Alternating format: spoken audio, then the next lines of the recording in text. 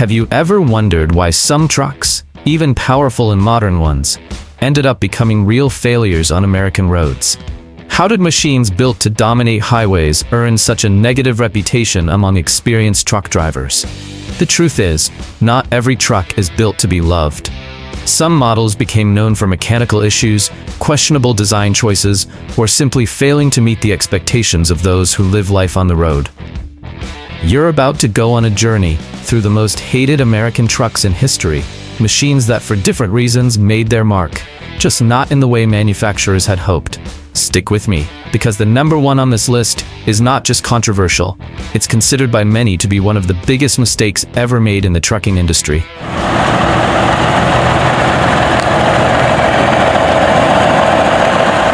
Mack Cruiseliner. Long before modern trucks took over the highways, the Mack Cruiseliner was already doing the hard work with a straightforward and no-nonsense approach. It wasn't built to impress with looks, it was built to handle tough jobs in any condition. Launched in the 1970s by Mack Trucks in the United States, it followed the cab-over design, placing the cab directly over the engine.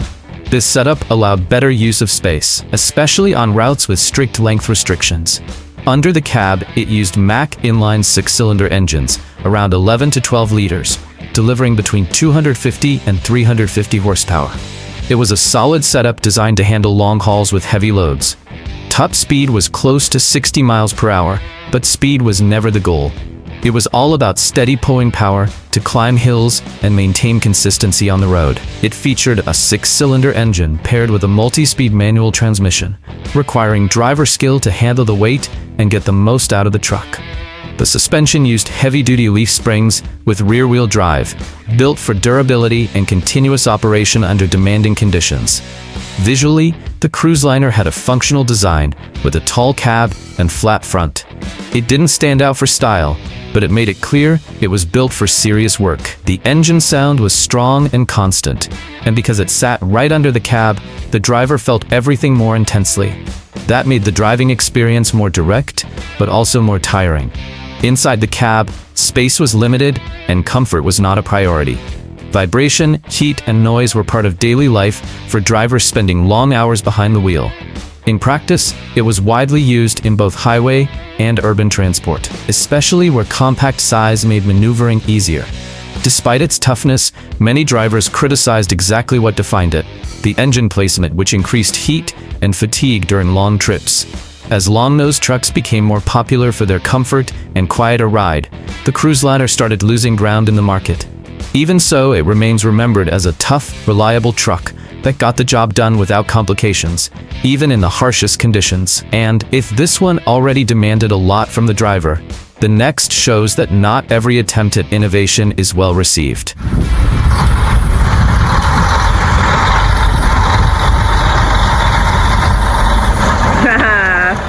Volvo White GMC.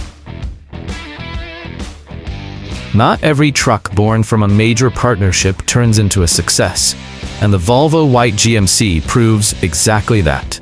Created in the 1980s, it was the result of a collaboration between Volvo, from Sweden, and General Motors truck division in the United States, an ambitious attempt to reshape the heavy-duty segment. It used Detroit diesel inline six-cylinder engines, around 12 liters, producing between 300 and 400 horsepower. It was a reliable setup capable of maintaining highway speeds between 70 and 75 miles per hour. The configuration included a six-cylinder engine paired with a multi-speed manual transmission, often with 10 or 13 gears, allowing drivers to better use engine power across different terrains.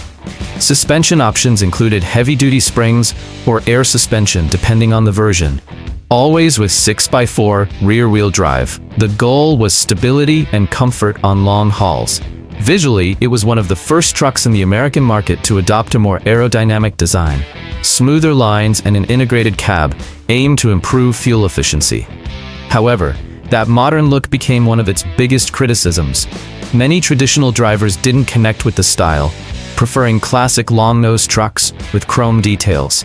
The engine sound was more controlled and less aggressive than older trucks. Inside the cab, comfort had improved, with better ergonomics and more efficient use of space. In practice, it was widely used for long-distance freight, especially by companies focused on efficiency and operational cost savings.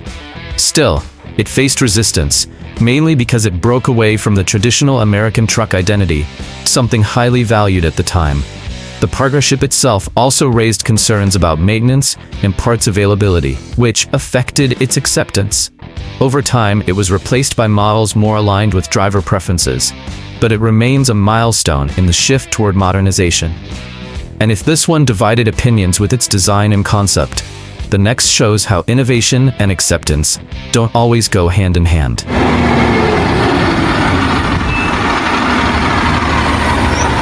International TranStar 8600. Not every truck is built to stand out, and the International TranStar 8600 is a clear example of that. It came with a very practical approach, focused on everyday work, but ended up being remembered more for its lack of identity than for any standout performance.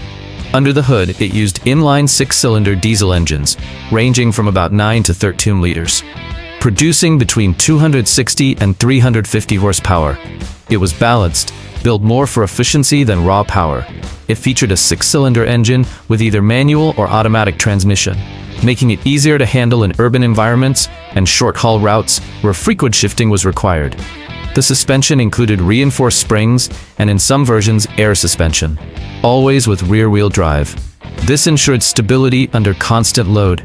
The TranStar had a simple and functional design with no major highlights. It focused on efficiency and cost-effectiveness rather than presence. The engine sound was more subdued, reflecting its lighter-duty purpose. Inside, comfort was reasonable, with ergonomics suited for shorter trips. In practice, it was widely used in urban delivery, regional transport, and logistics operations. It did its job well, but without excitement. It faced criticism related to durability in certain components and limited performance under heavier demands. Over time, it became known as a functional truck, but without personality or strong presence in the market. That kept it from building a loyal fan base, being remembered more for utility than legacy. And if this one didn't excite, the next tried to stand out in design and sparked even more controversy. Peterbilt 587.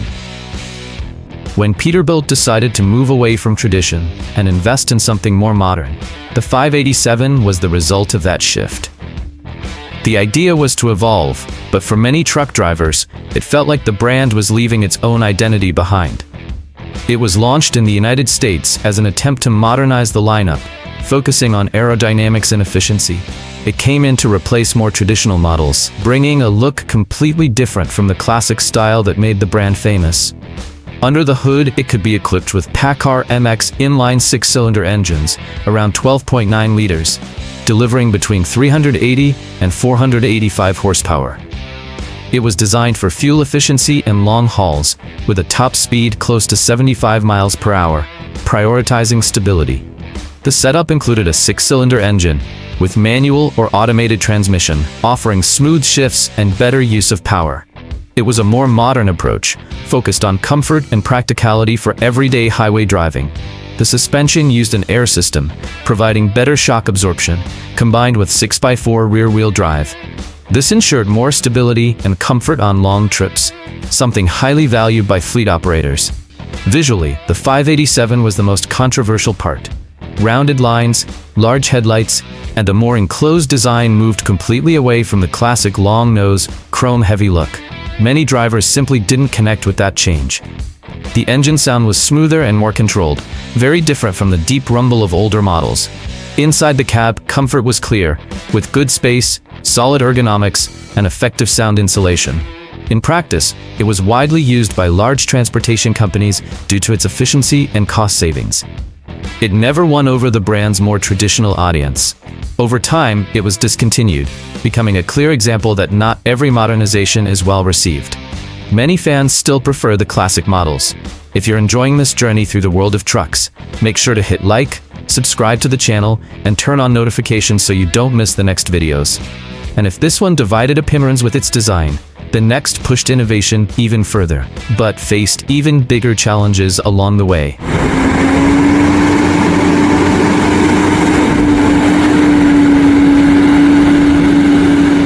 Kenworth T2000. The Kenworth T2000 arrived promising to revolutionize highway transport with a strong focus on aerodynamics. What seemed like a technological leap for some felt simply too different for others to accept. It was introduced in 1996 by Kenworth in the United States, standing out as one of the boldest designs the brand had ever produced. Under the hood, it used Cummins and Caterpillar inline six-cylinder engines, up to 15 liters, producing between 400 and 600 horsepower. It had the strength to maintain speeds close to 75 miles per hour, even with heavy loads. It featured a six-cylinder engine paired with manual or automated transmissions, delivering solid performance across different types of roads. The goal was to combine power with efficiency. The suspension system used air suspension with 6x4 rear-wheel drive, improving ride comfort and stability compared to older models. Visually, the T2000 was extremely futuristic for its time. Its rounded cab, curved windshield, and aerodynamic profile stood out, but also felt unfamiliar to drivers used to traditional styling. The engine still delivered strong sound and presence, but the driving experience felt smoother overall. Inside, the cab was spacious and designed for long-distance comfort. It was widely used in long-haul transport, especially by companies focused on fuel efficiency. Even so, it never gained full acceptance among traditional drivers, often criticized for its unusual design and maintenance challenges in some components. Over time, it was replaced by models that better balanced tradition and modern features, but it left behind a legacy of innovation. And if this one tried to change the game through aerodynamics, the next followed a completely different path from the start.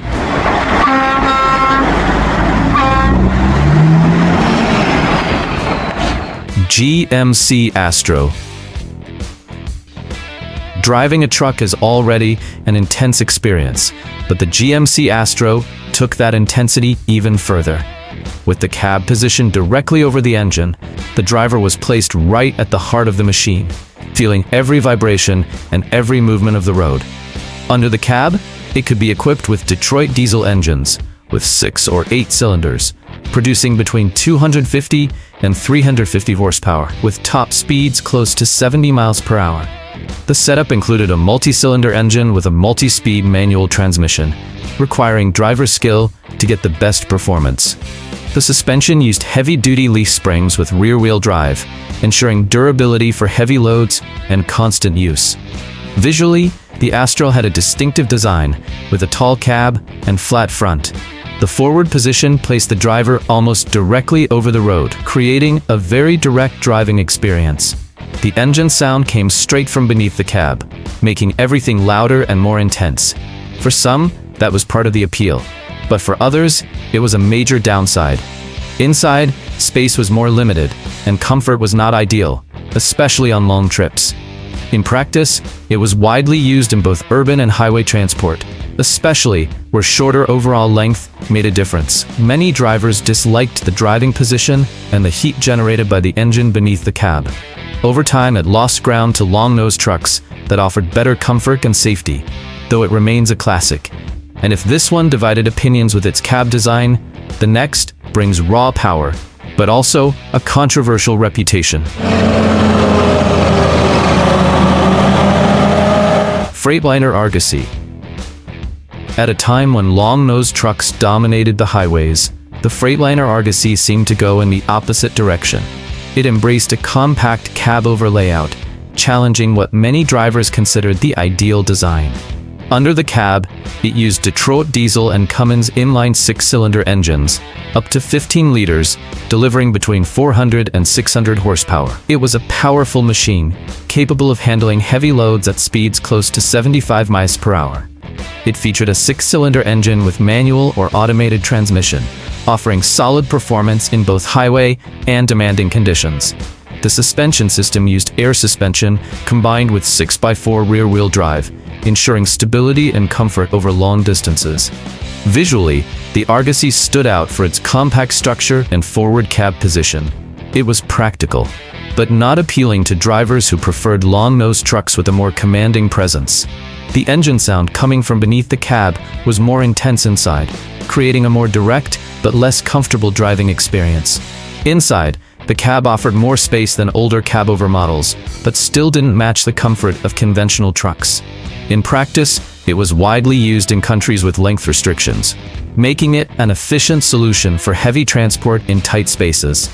In the United States, however, it never gained full acceptance, often criticized for lower comfort and more complex maintenance. Over time, it was discontinued in some markets, but remained active in others, maintaining a loyal following in specific regions. And if this one divided opinions with its layout, the next enters the list due to mechanical concerns.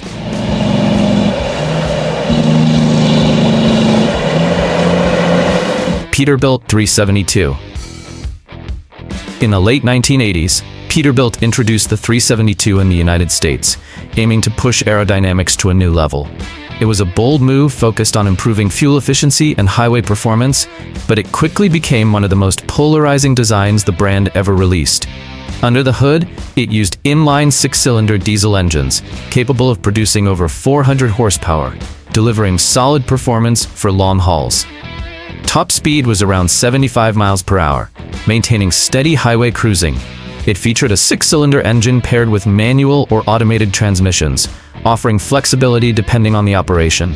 The setup was built to balance performance and efficiency. The suspension used reinforced systems with rear-wheel drive, maintaining the durability expected from a Peterbilt, especially under heavy loads. Visually, the 372 was impossible to ignore, almost completely free of sharp lines, made it look unlike anything else on American roads at the time. In real-world use, despite its aerodynamic advantages, it faced strong rejection mainly because of its appearance. Many drivers simply couldn't connect with its unconventional design. Some reports also pointed to maintenance challenges and reduced practicality in daily use, which only added to its negative reputation. It became a symbol of bold experimentation that didn't quite succeed, remembered more for its looks than for its performance. And if this one divided opinions through design, the next proves that even a strong presence isn't always enough.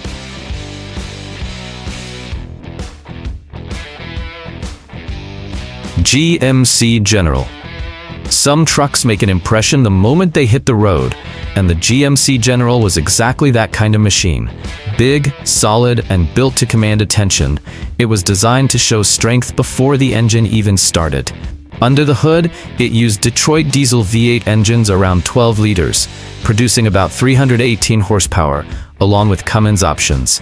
It was a powerful setup, capable of reaching speeds near 75 miles per hour. The configuration included an 8-cylinder engine paired with a manual transmission with up to 13 gears, giving drivers full control over power delivery. The suspension relied on heavy-duty leaf springs with 6x4 rear-wheel drive, ensuring stability and durability for long-distance hauling. Visually, the General stood out with its long hood, bold lines, and chrome details, creating a strong and classic road presence. The engine sound was deep and powerful, delivering a sense of constant strength. Inside the cab, there was noticeable improvement in comfort, with more space and better ergonomics. In practice, it was widely used for highway transport, proving reliable for long distances and heavy loads. Even so, it never reached the same level of recognition as some of its direct competitors, often staying in the background. Still, many drivers who worked with it highlight its durability and long-term reliability. It became a respected model, but also remembered as a strong truck that never got the full recognition it deserved. And just when you think you've seen it all, the next one takes this list to an entirely different level of controversy.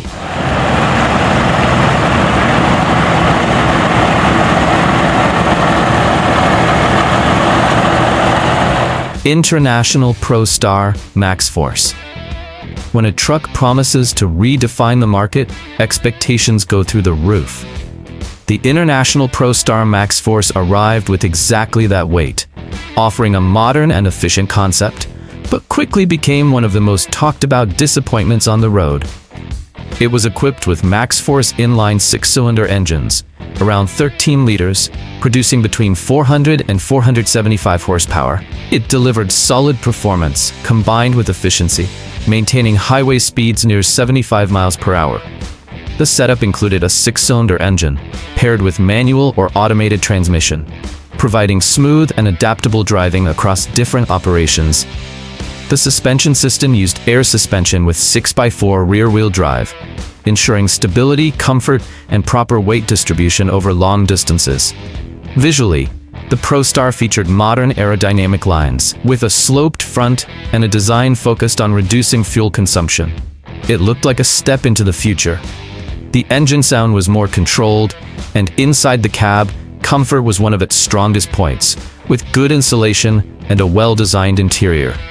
In practice, it was widely used by fleet operators and large companies, thanks to its promise of efficiency and lower operating costs. But real-world use told a different story. The MaxxForce engines became known for recurring issues, especially related to emission systems, which directly affected performance. These problems led to high maintenance costs and long periods of downtime, something critical for drivers who depend on their trucks to make a living. Over time, its reputation suffered, and it became one of the most notable examples of a truck that looked great on paper, but failed in reality. And that's exactly why it closes this list, proving that in the trucking world, performance on the road matters far more than promises.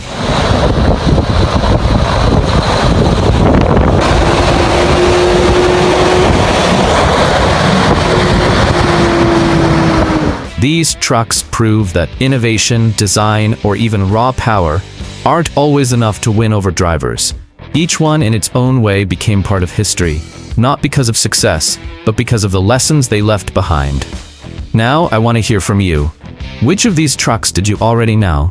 Which one stood out the most to you, either for its design or its problems?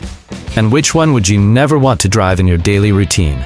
If you enjoy this kind of content, make sure to hit like, subscribe to the channel, and turn on notifications. That really helps the channel grow and allows this kind of content to reach more people. Stay tuned, because every week there's a new video featuring the most incredible machines ever built.